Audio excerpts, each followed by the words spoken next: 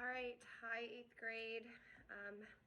Happy quarantine day 687. I don't even know how long it's been. I just did a workout and I look a little rough, but hey, there's no laws when you're under quarantine, right? So here we go. We're just gonna dive right in. So I want to talk to you guys today about chapters 12 and 13. I'll try and keep this on the shorter side. I know you probably don't like it when I post 20-minute videos, so we will just dive in. I have my study guide posted next to me. So, chapter 12. Atticus is working more and more on this court case, which, by the way, is coming. We know that there is a case, but we haven't really seen any like courtroom drama or anything like that. It's coming. But anyways, he is working more and more on the case. He's having to travel to the capital a couple times a week. Long story short, he's not home very much. So Calpurnia decides to take the children to her church. So that is your answer to your first question. So the way that Maycomb is divided is almost like there's like a white part of town and then a black part of town. So her church is obviously would be in the black part of town. So she takes the children there.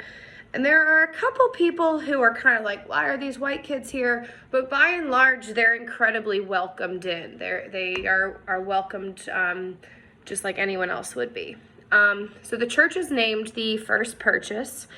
And I ask you guys why it is named that. And the reason it is named that is it was the first thing that a group of people were able to purchase together after they were freed, essentially. So they made that purchase themselves. The church is owned by members of the congregation, so therefore it's called the First Purchase.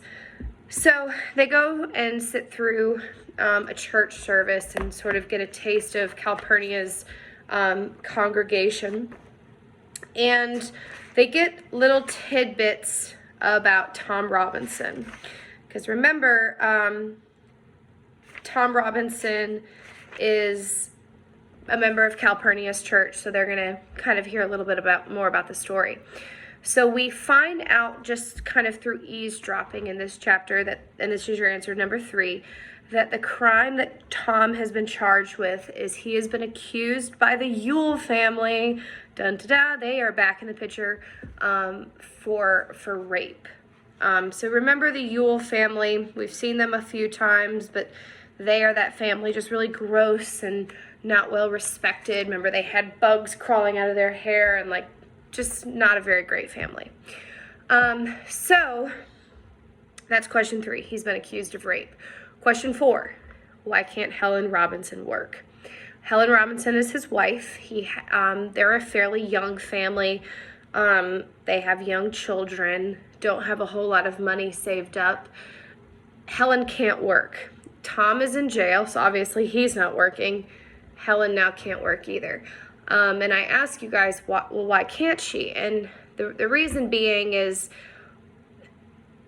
gossip. That's what it comes down to. Whether or not he is innocent or guilty, nobody really would want to hire someone whose husband is about to go on trial for rape.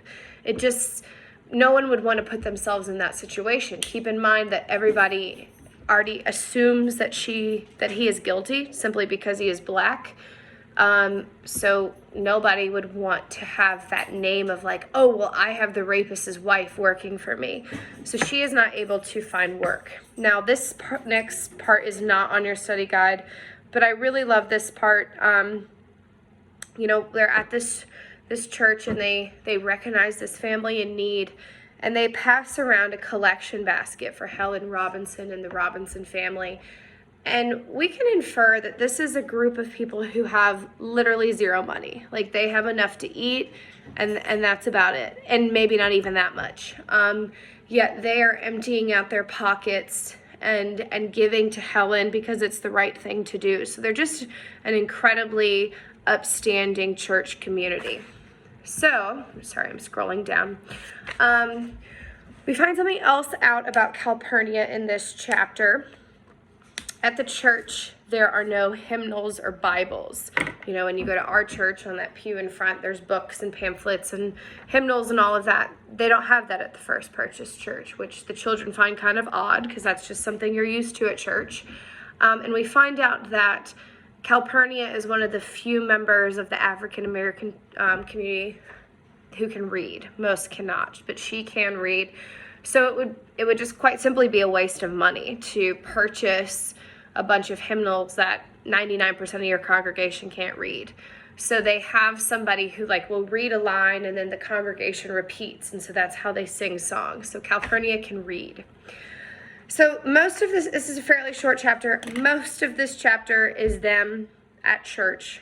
They head home, though. They head back to their house. And my last question of chapter 12 is, who is waiting for them when they get home? And it is Aunt Alexandra. So we've seen her a couple times. Remember, this is Atticus's sister. We saw her at the very beginning, and we saw her at the Christmas chapter, but we haven't learned a whole lot about her. We just know that Atticus has a sister, and that's who it is. So that takes me to chapter 13. Explain the relationship dynamic between Scout and Aunt Alexandra. Scout is a tomboy through and through. She wears overalls, she fights, she's rough and dirty and plays sports and kind of goes against every stereotype of a little girl at that time. So Aunt Alexandra is very prim and proper and southern, and ladies dress nice, and so obviously the two of them just sort of butt heads.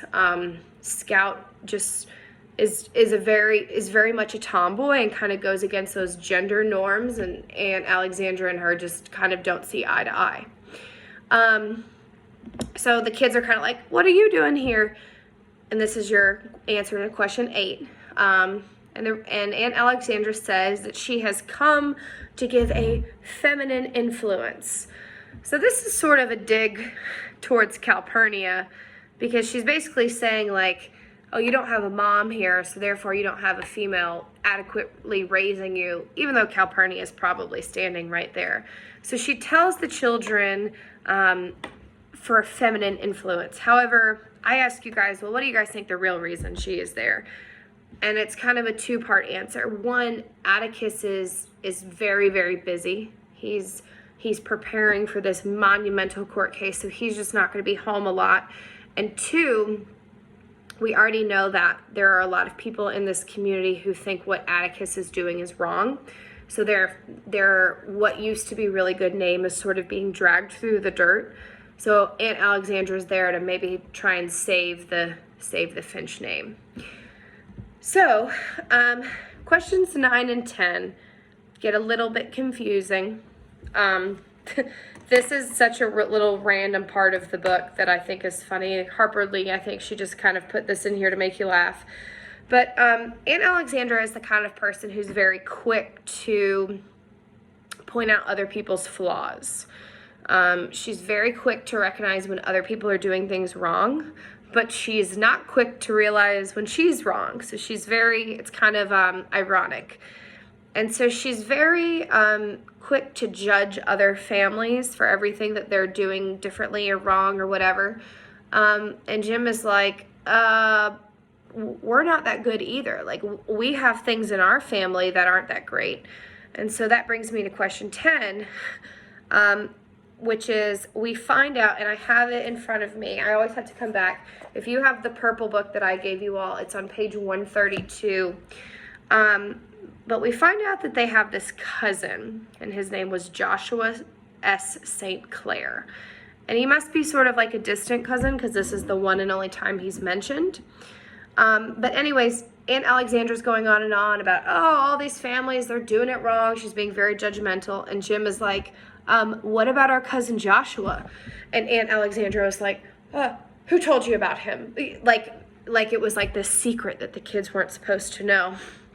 And on the bottom of page 132, Jim says, Atticus said he went round the bend at university, said he tried to shoot the president, said cousin Joshua wasn't doing anything but a sewer inspector and tried to shoot him with an old flintlock pistol, only it blew up in his hand. Atticus said it cost the family $500 to get him out of that one.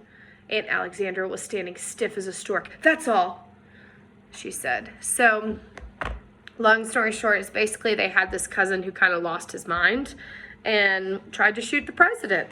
And so the point of this is being, I think the reason Harper Lee includes this random character who lost his mind is to say that, you know, we all have, like, well, hopefully none of you have a cousin that tried to shoot the president. It's very easy, it's human nature to be very quick to judge, but we all have those secrets in our closet. We all have something that maybe we wouldn't be that proud of or embarrassed or ashamed of. And so Aunt Alexandra is very ignorant to that. But Jim is like, no, we aren't any better than any other family. We have secrets too. We have crazy cousins who try to shoot the president. So Aunt Alexandra just is not very understanding of like a worldview, if that makes sense. So that covers chapters 12 and 13. We are, if you look, we're right at about halfway, just short of halfway. Next week we're going to be reading in 2 chapter sections instead of 1. The chapters start to get a little shorter, so I always are going to keep you in about that 20 page limit, but like I said, they get a little shorter, so I'm going to bump it up to 2. But anyways, I hope you guys are liking it. Comment in the post if you still have questions. All right, thanks.